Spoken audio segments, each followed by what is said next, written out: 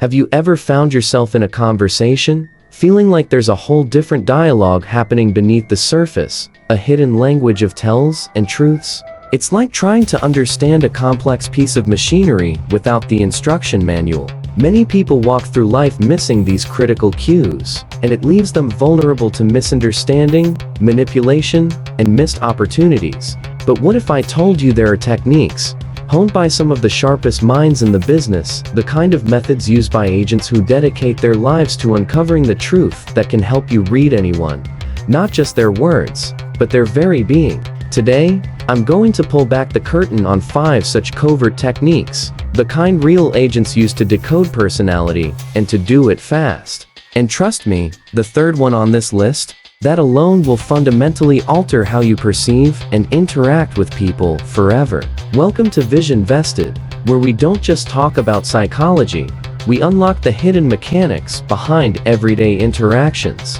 This isn't about parlor tricks, it's about understanding the deep currents of human behavior. If you've ever wished you could master first impressions, or genuinely understand what makes someone tick beyond their rehearsed lines, then you're in precisely the right place. We're going to delve into the subtle, often overlooked signals that tell a far more accurate story than words alone. Think of it as learning to read the fine print of human nature. So, let's dive into technique number 1, the Microexpression Scan. This isn't about staring intently at someone's face like you're trying to solve a puzzle. It's about calibrating your perception to catch fleeting, involuntary facial movements that last less than a second. Think about my old colleague, Margaret. Margaret was a seasoned interrogator, quiet, unassuming. She'd always say, "Arthur, the face is a window, but sometimes the blinds snap down so fast you miss the view." She was talking about these micro expressions. For instance, a subtle tightening around the eyes and a quick downturn of the lips, lasting just a fraction of a second, could indicate sadness or distress, even if the person is verbally insisting they're fine. Or a flash of contempt, a half smirk, one side of the mouth curling up, might betray true feelings about a situation they're publicly endorsing. The key here is presence. Are you truly looking, or just waiting for your turn to speak? Start practicing in everyday situations. When you're talking to a cashier, a friend, or watching an interview on television, pay attention to their face in the first 3 seconds of a new topic or question. Are their eyes darting? Or do you see a flicker of surprise, anger, or fear that vanishes almost instantly? This isn't about judgment. It's about gathering information. Have you ever been in a conversation where someone's words just didn't quite match the fleeting look in their eyes? That's what we're hunting for. Next up, we have technique number 2, the baseline behavior trap. This is foundational for any good operative. Before you can spot a lie, you have to know what the truth looks like.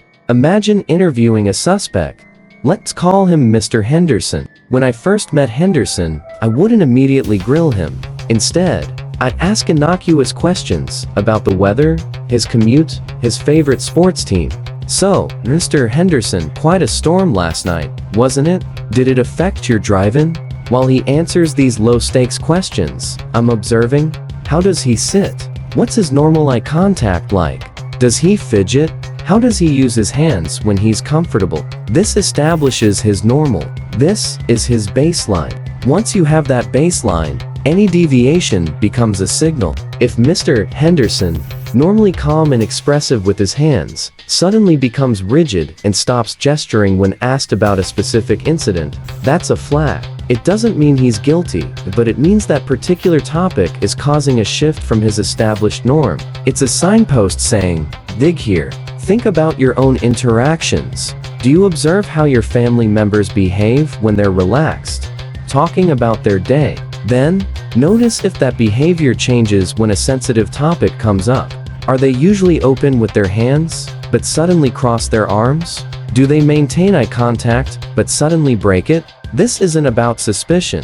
It's about discerning patterns. It's the physiological equivalent of a slight tremor in a building. It indicates something is shifting within. This brings us to technique number 3, the power of silence. This is perhaps the most uncomfortable, yet profoundly effective, tool in an agent's arsenal. Most people dread silence. They feel compelled to fill it. And that compulsion is precisely what we exploit. When you ask a pointed question, or even make an observation, and then simply stop talking, the other person's discomfort often leads them to reveal more than they intended.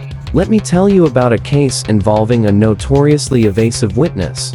A woman I'll call Sarah. We'd asked Sarah about a crucial timeline, and her answers were vague, roundabout. Instead of rephrasing or pressing, I simply leaned back, maintained eye contact, and said nothing. The silence stretched, becoming almost unbearable. Sarah shifted, her eyes darted, and then, almost involuntarily, she started talking again, filling the void with details and admissions she'd previously withheld. Why does this work? Our brains are wired to seek completion. An unanswered question or an unaddressed silence feels incomplete, creating a psychological pressure to resolve it. Have you ever been in a conversation where someone paused, and you just blurted out something to break the tension, only to regret it later? That's the power of silence in action. It strips away the prepared answers and forces the other person to confront the void, often leading to spontaneous, unfiltered responses. It's not about being aggressive. It's about creating a space where the truth can't help but rush in to fill the vacuum. Try it next time someone is being evasive. Ask your question and then, just wait. The discomfort is your ally. Moving on to technique number 4. The discomfort question. This isn't about being rude or accusatory. It's about strategically introducing a question that taps into a potential area of sensitivity or hidden motive, often framed in a way that seems innocuous on the surface. Let's say you're trying to figure out why a new project at work is suddenly stalled, and one team member, Sarah, seems unusually quiet about it. Instead of directly asking, "Are you sabotaging the project, Sarah?" which would put her on the defensive, you might ask Sarah, "Has anything unforeseen come up that might make meeting our deadline particularly challenging for anyone on the team?" The beauty of this question is that it's broad enough to allow for an honest answer that there's a legitimate problem, but it's specific enough to cause a moment of discomfort if Sarah is the reason for the stall. Her reaction in that brief moment, a sudden rigidity, a quick glance away, a slight defensive tone in her voice will tell you more than her words alone. It's about creating a gentle pressure point. We had a fellow once, Slippery Sam, who always had an excuse. I once asked him, "Sam, hypothetically speaking, if someone were to intentionally mislead us, what would be their biggest oversight?" His immediate, almost reflexive, answer revealed his own methods. Have you ever been asked a question that made you squirm just a little, even if you had nothing to hide? That's the feeling you're aiming to elicit, because that squirm often signals a sensitive spot, an area worth exploring further. Finally, we arrive at technique number 5, the follow-up loop.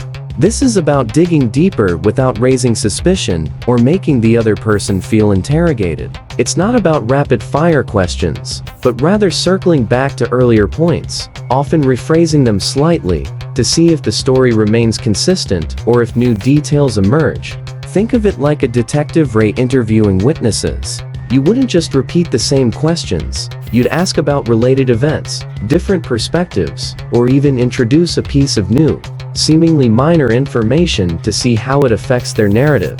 For example, if someone initially tells you they were home all evening, a follow-up loop wouldn't be, "Are you sure you were home?" Instead, it might be, "You mentioned you were home. Did you happen to catch that meteor shower last night? A lot of people were talking about it." This seemingly casual question forces them to either confirm their original story with more detail, or, if they weren't truly home, to stumble as they try to weave in a new, fabricated detail about a meteor shower they didn't see. This technique capitalizes on the fact that lies require more cognitive effort to maintain consistency. The more details you ask for, especially tangential ones, the harder it becomes to keep the fabrication straight. It's like trying to juggle too many balls. Eventually, one drops. Have you ever tried to remember a lie you told, and then had to keep adding more lies to cover the first one? That's the cognitive burden this technique creates. It's patient, it's subtle, and it's incredibly effective at uncovering the full picture, piece by painstaking piece. These 5 techniques: the Microexpression Scan, establishing a baseline behavior, leveraging the power of silence, asking the strategic discomfort question, and employing the subtle follow-up loop are not about becoming a master manipulator. They are about becoming a more astute observer of human behavior, equipping you with the tools to decode anyone, not instantly, in a magical sense, but with practice and keen observation. Start using them today, even in casual conversations.